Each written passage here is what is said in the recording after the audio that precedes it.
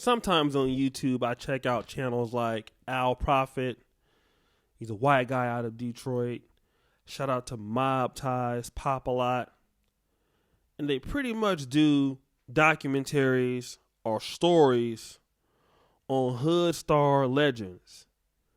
You know, guys that were doing criminal activity at their time. You know, it's always a sad ending at the end. But the stories are always interesting, right? But the most famous story that's in our generation is the Black Mafia family, BMF, and Big Meech. All right, everybody knows about how powerful these guys were. Probably one of the biggest extensive drug organizations. It was state to state. I mean, it was in ATL, it was in Cali, it was everywhere, right? And they brought down like 150 of them.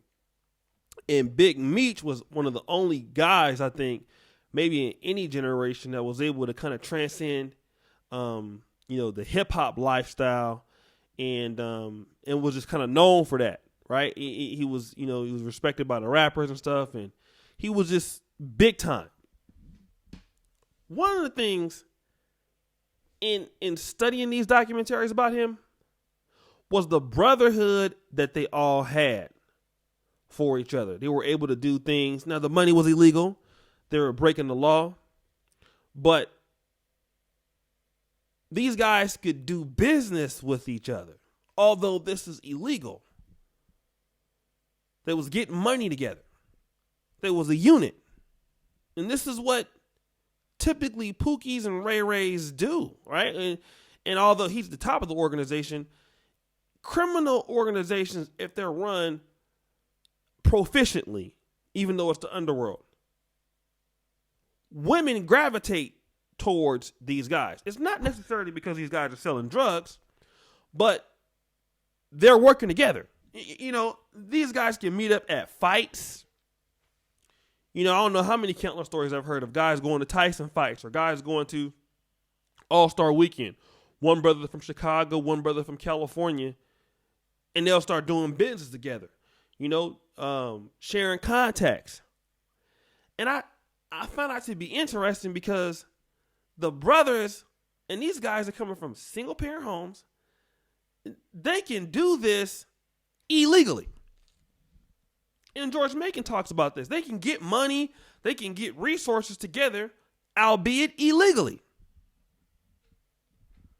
But black men who are educated, let's say you're professional, we haven't really learned that from the Pookie and Ray Ray guys. That camaraderie, we don't do that. And one thing that I noticed is even on the internet, as we have been coming together on certain online communities in certain things, black women pay attention to this.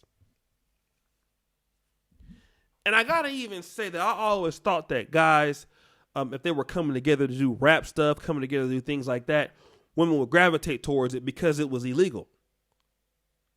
But I'm starting to find out now that whenever black men come together, black women take notice. Albeit illegally or legally. Shout out to my educated lame brothers, man. I am one of you myself, okay? Like, trust me, Bachelor of Science in Biology, a few classes away from completing my degree here in professional school. Guys, I get the point. A lot of guys were not looked upon highly in school, right? Women wanted the gangs. Women wanted the gangsters, the thugs. But that's what we don't understand a lot of times. Pookie and Ray Rays, they are part of organizations. It's not just this dude's a thug by himself. Nah, he's a thug with 2, 3, 4, 5, 10, 12, 15 other dudes, and these other dudes are working together. Although it's illegal. Although it's crooked. Albeit all of these things. These brothers are working together. I'll transpose the idea. When I went to college and Omega Psi-Phi come out to yard doing their little the little dances they be doing with the purple and gold boots and stuff like that. You have black men who have the potential to get a brother a job anywhere in the world just for being in that fraternity. And whenever Omega Psi-Phi came out and the brother had on a purple and gold jacket, women was interested. Because it's black men working together. It's black men doing something for a cause. Those women wanted to be a part of it because it's black men representing unity. It's black men representing resources. It's black men representing all of this. And for the brothers that complain about, man, black women are doing this, black women are doing that, I challenge you right now. Are we honestly working together? Are we building even enough of an online community where we can do things? Don't cost much money, don't cost much time. But do you know that as educated black men, as hardworking black men, as black men in the military, black men who went to school, black men who were truckers, black men who whatever, we can draw the best of the best looking of any group to us by simply coming together. And this is why I got to pull this NegroCon off of 2020. Because I'm telling you, if I stick to this and brothers help me with this and we could pull it off, it could even ain't got to be a big thing. If sisters find out that educated, talented black men are doing something in Atlanta, doing something in New Orleans, I can guarantee you somebody going to be there. They're going to invite themselves. Now, for some brothers, that might be a problem, but it just goes to show you why black men who are talented, who are coming together, this ain't even about looks no more. It's about a power move. My brother Moses Jenkins, he's from the same neighborhood. He graduated a year later than me. He graduated 2000. Shout out to my brother Moses. He graduated with Paris Warren and some other brothers out there. Shout out to the Heights, right? At Moses's Morehouse graduation, he was the graduate top of his class in business. Everybody knows that at Morehouse you will see thousands of single women. Now get this, and we know Morehouse has a situation where you have some brothers on the alternative lifestyle thing, right? We know that.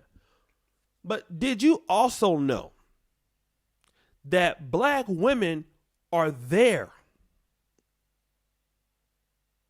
Any group of women that like black men are there at that graduation, not because they have an invitation, not because they're wanting to see brothers graduate. They are looking for a potential husband, looking for a potential long-term mate.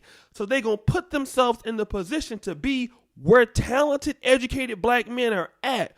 But instead of doing that for black graduations, we have the potential to do that every year. Look at some of the live streams that we do. The topics don't even have to be about women. The topics that I talk about are not even talking to women. But guess what?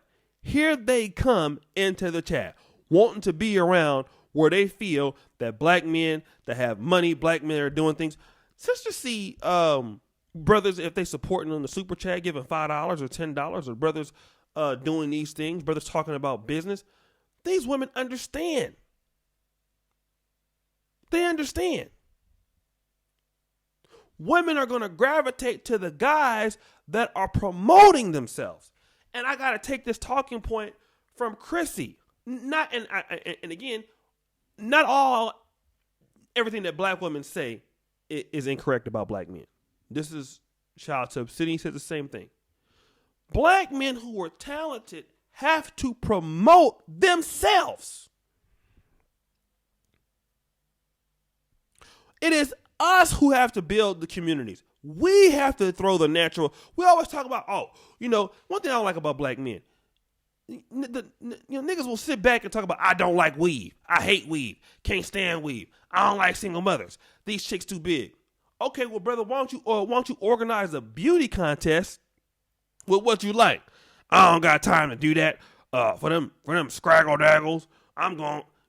So here you go. You don't like this, but you don't want to promote what you want to see. The white man don't sit there and do that. The Asian man don't sit there and do that. The Polish man don't do that. Only person that do that is Negroes. Sit there and will complain about what he don't like, but then won't get his lazy ass up there and do what he like. He won't promote himself. He won't promote his skill set.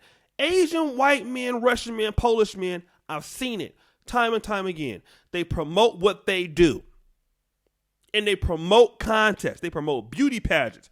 Even in Africa, the top guys in Uganda, they promote Miss Uganda. They do that. They make sure that their best people do that. Why? They wanted to let people know we're running this. Because the educated lame guys are supposed to come up with those contests. Pookie and Ray Ray, they ain't the guys that want to do that. That's what you're supposed to do. You're supposed to bring the women to you by using this. That's how all other groups do their beauty contests. All other groups. And then they make it hard for people to get in. You have to hit certain standards. But you only hit certain standards when you create these communities. Don't care what kind of group of women that you like. Women want to be a part of men that are promoting themselves. That's the truth. So black men have to really think about this, man. If we really want black women, or you want African women, whatever kind of woman you want, we have to promote what we are doing. And not just be complaining about what everybody else is doing. Promote what you're doing. See, won't those women come around? I don't care if it's educated lames doing it, women gonna gravitate. If it's Pookies and Ray Rays doing it, women gonna gravitate. Black women are just waiting, a lot of them, to see what brothers are gonna do. And if you do that, man, listen, once we get this thing rolling off, man, you have to put a restraining order on these women for trying to come around and see what was going on. Because sisters is going to be looking for brothers that are promoting themselves. And that's one thing the educated lamb doesn't do. We sit there and we complain and say, well, I'm going over to white America, I'm going over here. But you don't promote yourself. The Pookie and Ray Ray dude, when he got money, he letting everybody know he got it. He hosting the club that night. Free to get in before 11. He know how to draw people in, the women that he want to deal with what he got. He doing the contest. He doing all this stuff. So anyways, keep in mind that, brothers. What do you guys think? Let me know in the comment section. Subscribe, hit the bell. As you know, the buffoonery remains at all-time high. I'm out.